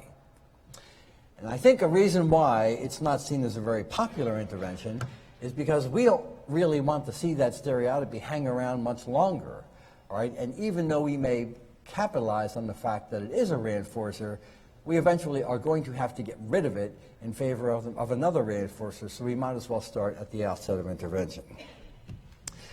Okay, so I selected to show you an example from this second illustration, a situation in which DRA, prompting, and blocking were all thrown at problem behavior. So here's a set of data from a study by Jen and Lindberg. The red data points represent the percentage of intervals of self-injurious behavior that was maintained by automatic reinforcement, and the blue data points represent unprompted occurrences of object manipulation. These are objects that produce various kinds of sensory consequences. And so simply prompting interaction with the toys did in fact result in a huge increase in object manipulation, but it seemed to have zero effect on the self-injurious behavior. Why? The person is simply switching back and forth. Now I have two ways to get stimulation, your way and my way, okay? So then we decided, okay, let's see if supplementary reinforcement may make the appropriate object manipulation more valuable. Now, of course, I just said that eventually you'd like the behavior to maintain on itself, but initially, to make that behavior more valuable, you might use arbitrary reinforcers, as in edibles. The behavior goes up, it acquires reinforcing properties, and you can drop the reinforcer out. So we tried Prompts with edible reinforcers, zero effect, okay? No change in stereotypy, no change in object manipulation, and this is where we introduce RB, or response blocking. That's the first condition in which the SIB is occurring at a rate lower than the object manipulation. Following a reversal back to prompting and reinforcement, we then replicated the response blocking procedure, and again, SIB is occurring at a rate lower than the object manipulation. Now, this effect was replicated with several other individuals, and we stopped the study at that point with each person. Once we produced a reliable effect, reduction in the SIB, a rate of object manipulation noticeably higher than that of the SIB. But this is not something that we would call a satisfactory clinical outcome, because what we would like to see is the SIB down around 5% or less, right? That might be considered a clinical significant reduction. And the object manipulation, not up at around 60% where it is, but probably somewhere up around 80 to 90%. So we continued working with these individuals at the conclusion of the study just to see if we could do that. And we actually were able to do that with every one. But it took hundreds of sessions beyond this until we got to that point. All right? And so the lesson, unfortunately, that never appeared in the article because we didn't include those data, was not only may it take a great deal of intervention combinations, all right, prompting, supplementary reinforcement, and response blocking to get an initial effect, it may take sustained numbers of sessions implementing that procedure somewhat intensively over a long period of time before that alternative behavior acquires its own reinforcing properties. Now, a side benefit of running those sessions that long is that as the individuals began to engage in more and more object manipulation with the objects that we used in the context of the experiment, they also began to engage in object manipulation with things that we had not observed object manipulation previously. So other forms of object manipulation also acquired reinforcing properties over the long haul. All right? And the reason I show you these data is because high rates of chronic stereotypy are often a problem. And it is often the case that individuals who exhibit these patterns of behavior also have difficulty learning new skills. And if you think about it, why they engage in these crude forms of stereotypy? Because they didn't acquire other appropriate forms of toy play. And so it may take a very, very long time for them to acquire the behaviors, but my suggestion would be not to give up, because the only solution to eventually eliminating self-stimulatory behavior is to build alternative self-stimulatory behavior, because people will always be engaging in some form of it. Now, I left this off as a strategy for intervention because it doesn't count as the use of reinforcement for reducing behavior. But in fact, it is a strategy that has frequently been used in the literature because it's hard to compete with behavior that produces its own reinforcers, and I'm talking about the punishment strategy. All right, so it doesn't count as a reinforcement-based approach to intervention, but it does count as an approach to intervention. Now, I could go over a series of different techniques, the way I've done with these reinforcement-based approaches. Instead, I'm going to basically skip most of them because they are either relatively intrusive, or even if not too intrusive, they aren't used very often anymore. Early research tended to focus on contingent forms of physical stimulation, and I'm simply listing these alphabetically. Aromatic ammonia, that is breaking ammonia capsules under the nose, contingent upon strange behaviors. Distasteful odors, taste, shock, water mist, and things like that. Of course, we don't see them anymore. Or rather, I hope we don't see them anymore, okay? By the way, I don't know if you know this, but the FDA regulates medical devices, obviously, all right? And approves the use of various devices for therapeutic means. And over the past year, the FDA has been conducting a series of meetings to ban the use of contingent electrical stimulation as treatment for problem behavior among the population of intellectual and developmental disabilities and autism. And so that's sort of an interesting turn of events. Of course, there are only 1 or 2 programs that use the procedure, and so basically those programs might be out of business someday. All right, more recent research, I'm talking about the late 1970s up through the 1980s, focused on other procedures that went by the names of overcorrection. I'm not sure how many of you remember reading about overcorrection. There were all sorts of forms of overcorrection published in the literature. The initial study was published, I think, in 1972. It was either Fox and Aswin or Aswin and Fox. I'll say Aswin and Fox.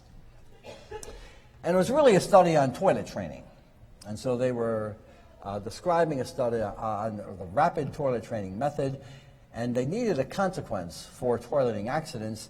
And what they did was they required the individual to clean up the mess, to change his clothes, to wash the clothes, and do all sorts of things like that. And so it was an example of contingent effort, all right, as a consequence for having a toileting accident. And in subsequent articles, they, primarily, and others, generated a whole range of different overcorrection techniques. So, for example, there was household orderliness training, all right? If you made a mess, then you had to not only clean up your room, but you had to clean up everybody else's room. So then there was medical assistance training, all right?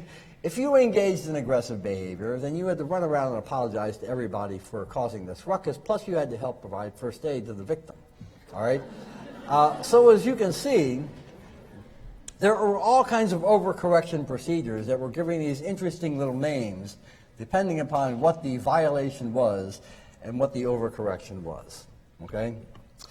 Current research, that is research published within the past 5 or 10 years, has tended to focus on a particular form of intervention that is known as response interruption or redirection. Whoever I was talking to during the break, it's time to wake up, all right?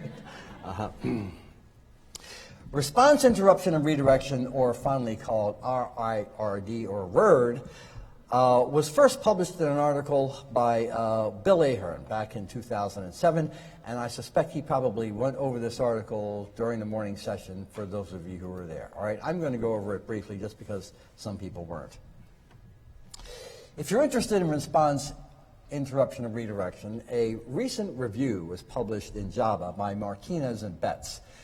So if you find the Martinez and Betts article, what you'll find is a relatively brief discussion of RIRD, how it has been applied, but probably most valuable is going to be the list of references. So it cites all the studies published on RIRD since the Ahern 2007 article.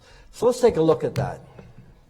The key features are the RI part, response interruption. What does that look like?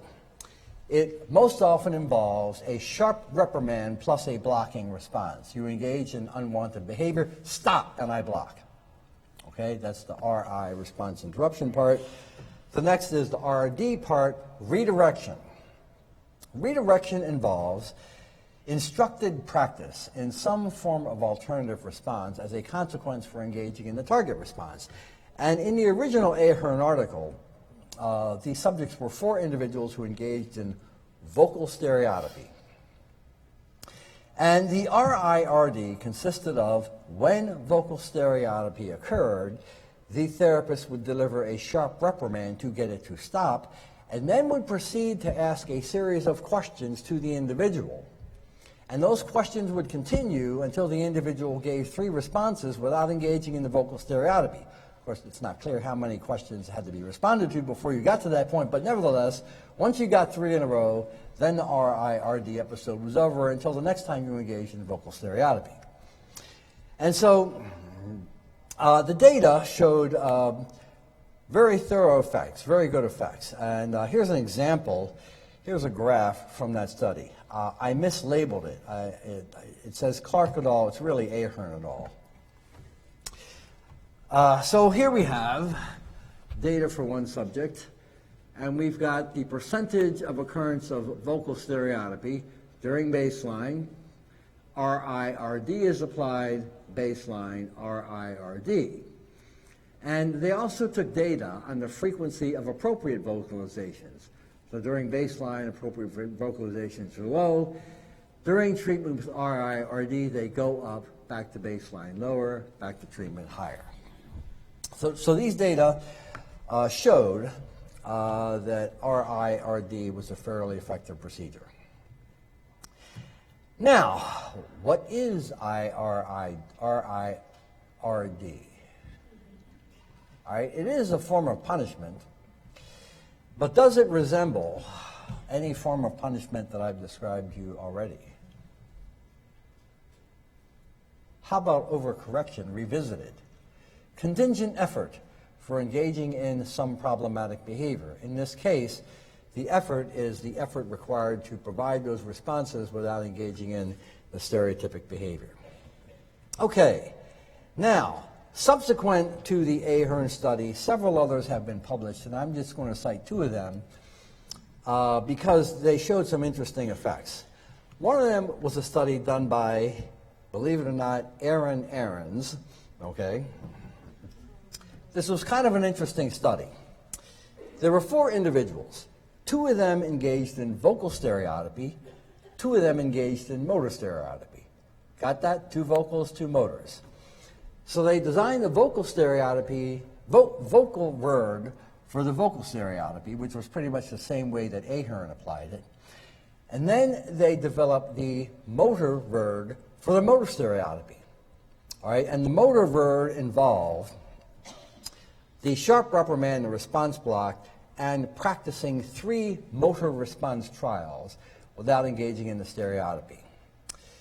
So what they did, as you might expect, is they applied the vocal word to the vocal stereotypy, the motor word for the motor stereotypy, and they got these good effects. Well, then they did something interesting. They applied the motor word to the vocal stereotypy and the vocal word to the motor stereotypy, and they got the same exact effects. The point is that the form of the RIRD had no differential effect on behavior, which pretty much demonstrates that the form of the response that's practiced doesn't need to be anything related to the form of the behavior that was the target, which again points to the fact that this is probably simply a contingent effort procedure, very similar to overcorrection. What happened?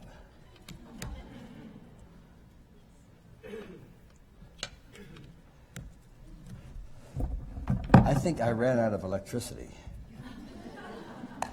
Let me plug into a different socket and see if things improve.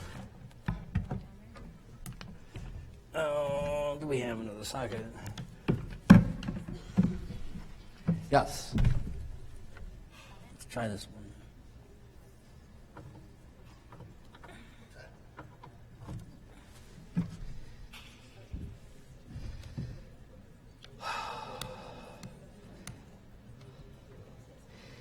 It looks like electricity to the podium went out some time ago without my knowing it. Okay, so I no longer have AV capability. While we're attempting to solve that problem, let me go ahead and describe the third study, all right? And you'll have to just bear with me, all right? It was a study published by Wunderlich and Vollmer just last year in 2015. All right, so they looked at the effect of RIRD, and if memory serves me correctly without having a prompt, it was 7 subjects, okay? Now, what happens typically in a study in which RIRD is applied is that we've got this baseline of occurrence of the problem behavior, and then we implement the RIRD. Problem behavior occurs, and then we implement the RIRD, which takes how much time? I don't know how much time it takes, but typically what happens is that the amount of time consumed by the RIRD is subtracted from the session time. Okay, so what we're seeing is rates of responding while the RIRD is not being applied, and once the RIRD kicks in, that time is subtracted. Well, what Wunderlich and Vollmer did was they applied RIRD and subtracted out the session time the way pretty much everybody does, and you see these nice, pretty clean effects. What they then did was to include the time during which RIRD was in effect and calculate the rates of behavior during the RIRD. So in other words, if I engage in the strange vocal stereotypies and you start these 3 questions with me, then all while that's happening, I have the opportunity to engage in stereotypy until eventually I meet the criterion of the 3 answers without the repetitive stereotypy. And so the question is, how much stereotypy, how much additional stereotypy is actually occurring during the application of RIRD? No battery, or no electricity to the podium. And so, I can't because I don't, it's not on a, oh, you do? Oh, wait a minute.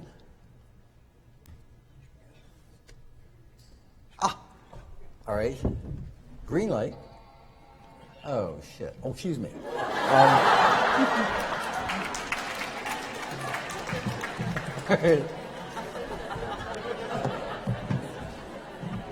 You don't like to hear that sound. Those of you who are not Mac users, that means your Mac is dead. It's coming back to life eventually, all right? It restarted. Maybe.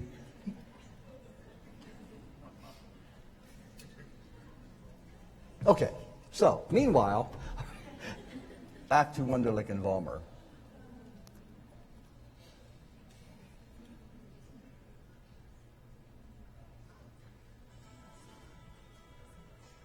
Oh no, I don't want to do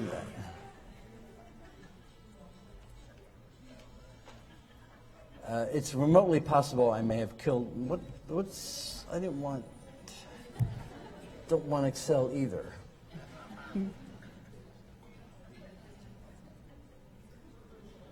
I know that's like the video game death sound, right? The beach ball.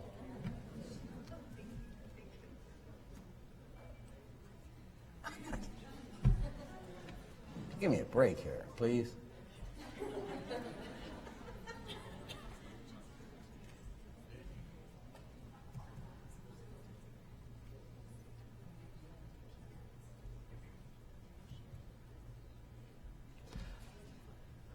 Do I have the right application? Yes. Okay, so back to Wunderlich and Vollmer. They had these 7 individuals, the RIRD, right? So in one set of data, they're removing the RIRD time, and in another set of data, they're including the RIRD time.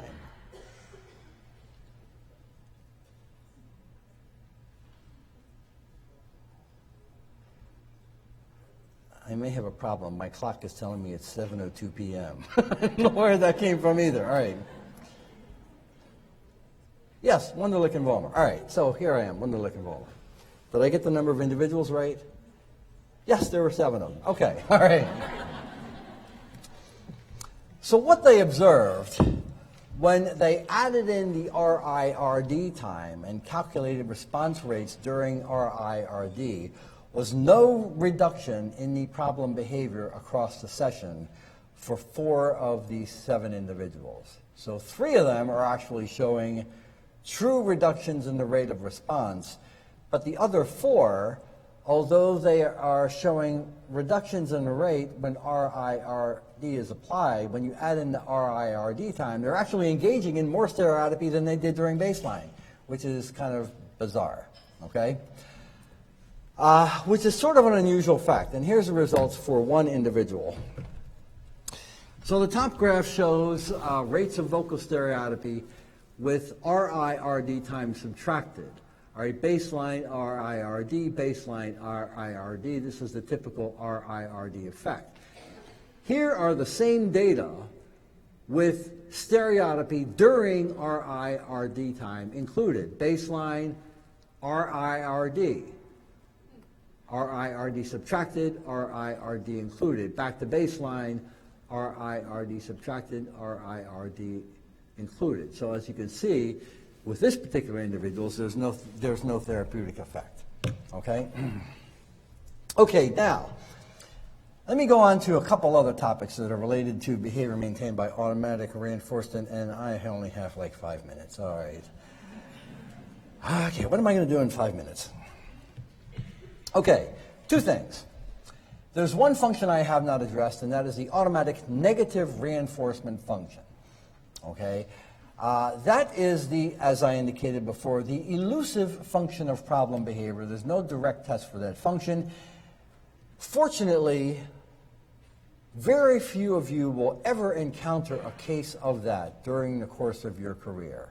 All right? It just makes sense that that contingency accounts for behavior, like scratching the itch and so forth. Therefore, it could apply to various forms of stereotypy and self-injurious behavior. There has not been one published set of data, okay, indicating that problem behavior could have or did have an automatic negative reinforcement function. So this is why I call it the elusive function. It exists hypothetically, but we have yet to see it in any controlled studies. We suspect that we've seen it. We don't have any well-controlled data, which is why I can't offer you any evidence in favor of it. Just as it's an elusive function to assess, it's a very difficult function to treat because the supposed preferred strategy, that is the third strategy, teaching a replacement behavior that is an alternative way to attenuate pain, is often very difficult to acquire because our individuals don't have very many skills for taking care of themselves, which means that the most effective strategy is likely to be the first one. That is, the non-contingent reinforcement strategy. Identify the cause of the pain or discomfort and simply get rid of it by medicating or providing whatever medical assistance is needed. So that's a very elusive function. Now, there's an interesting study I was going to review with you by Louis Hagopian. I'm not going to have time, so I'm going to skip it, but I'll just note it. Oh, come on. I'll just note it. I don't want you. Firefox, kill Firefox.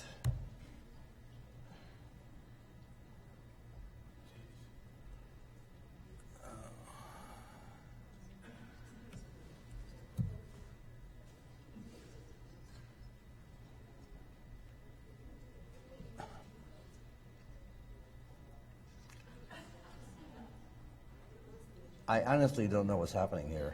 All right. Study by Louis Hagopian, 2015. All right. Really, really neat study. What he did was he looked at patterns of responding for behavior maintained by automatic reinforcement. And he showed that different patterns of a functional analysis, that is, high in the alone condition, low in all others, versus high in all conditions, suggested that different kinds of interventions would be more effective. Namely, if behavior maintained by automatic reinforcement was high in the alone condition and low in others, it was highly responsive to reinforcement-based interventions. If it was high in all conditions, reinforcement generally didn't work, and we're talking about punishment, restraint devices, and things like that. So that's a very interesting study to read. Instead, let me just close with kind of like a different kind of study. It's kind of like an off-the-wall study. And the reason I mention it is because although what I hope to do is mostly give information that's of a practical nature, sometimes topics generate interesting questions, although they don't necessarily lead toward practical solutions. And this is the opioid hypothesis of self-injurious behavior. Some of you may have heard of it. Let me just explain it enough to give you an idea of what it is. If you're interested in information about the opioid hypothesis of SIB, look for the work primarily by one individual. His name is Kurt Sandman. He is actually a psychopharmacologist who works out at the University of California, Irvine. Very interesting guy, interested in peptides and the endorphin system. And he backed into self-injurious behavior almost accidentally. He was really interested in neuropeptides and their action. And somehow got involved with opioid research and then found these individuals who engaged in SIB and put together this sort of program of research looking at interventions for SIB assumedly maintained by an unusual form of reinforcement. So what is this all about? It's actually based on some work published, I believe, back in 1973 by Pert and Snyder in Science. And it had to do with the discovery of the opiate receptor in the brain. And it was determined that this is one of the most important articles published over about the past 25 years. It opened up the entire area of brain biochemistry. And for that work, I believe Solomon Slyder received the Lasker Prize, which is in many circles considered to be just below the Nobel Prize. So all right, so Pert and Snyder discover the endogenous opiate system. What is it? It's an endogenous that is internal system, naturally occurring. It's a neuropeptide regulatory system, and the way it works is that exposure to physiological stress activates this endorphin system, all right, that releases these neuropeptides that have an opiate-like effect. That is, they increase the threshold to pain. They make you less sensitive to painful stimulation, just like a narcotic would, okay? Which is why these are called opioid-type substances. So what is the relevance of this hypothesis to SIB? Well, there are actually a couple of points of contact, both implicating different, implicating different functions. So one of them might be this. You engage in SIB for who knows what kind of reason. But having engaged in SIB, just even a couple of instances raises your threshold to pain. So you are now less sensitive to the effects of your painful SIB, which means when we look at SIB and see that as a painful response, to many people it's not a painful response. It's just some other response like hand waving. And that might explain why in some people SIB becomes an acquired response, because they are less sensitive to the painful effects of their SIB because their endorphin system is easily activated. All right? This has nothing to do with automatic reinforcement, but it may explain why SIB is easily acquired in some people but not others. The part that is relevant to automatic reinforcement is that SIB, as a result of activating the endorphin system, may actually be analogous to a form of self-administration of narcotic. And so it's a very unusual form of automatic reinforcement. It's producing your own high by engaging in SIB. What is happening here? Why are they so insistent on me wanting to be with them? Okay. In either case, if these hypotheses are true, they lead to a very interesting approach to intervention, and that is the use of a class of drugs known as the opioid antagonists, naltrexone and naloxone. What they do is they lower the threshold to pain. They make an individual less painful, or rather more painful, more sensitive to painful stimulation. So if these drugs, basically block the uptake of endorphins, then it's a physiological analogy to extinction. I engage in the behavior. I used to be self-administering my internal narcotic. Hey, it's no longer being produced, and the reinforcer goes away. It also may decrease the pain threshold, which may then be a form of automatic punishment. All right, so I used to bang my head, and I was relatively insensitive to the pain. Give me a shot of naltrexone. Now I bang my head, and it feels more painful than it did before. So look at the work of Sandman. All right, as a starter, there have been studies published by other people, but his work is probably the best. What they haven't done is they haven't looked selectively at the use of these drugs across functions of SIB, because one might expect that they would be most effective with SIB maintained by automatic reinforcers and perhaps less effective with SIB maintained by social consequences. Okay, I have used up my time, and I apologize for the glitches. I'm not sure exactly what happened here, but first, I appreciate your coming. I didn't expect this Lord to regroup, but I really enjoy the fact that you were here. I know I went fast, and as a result probably discouraged some questions, but I'm hoping that the information that you'll find useful, all right, and we'll be able to use it in working with individuals who have various types of stereotypy and SIB maintained by automatic reinforcement. So I thank you very much for your time.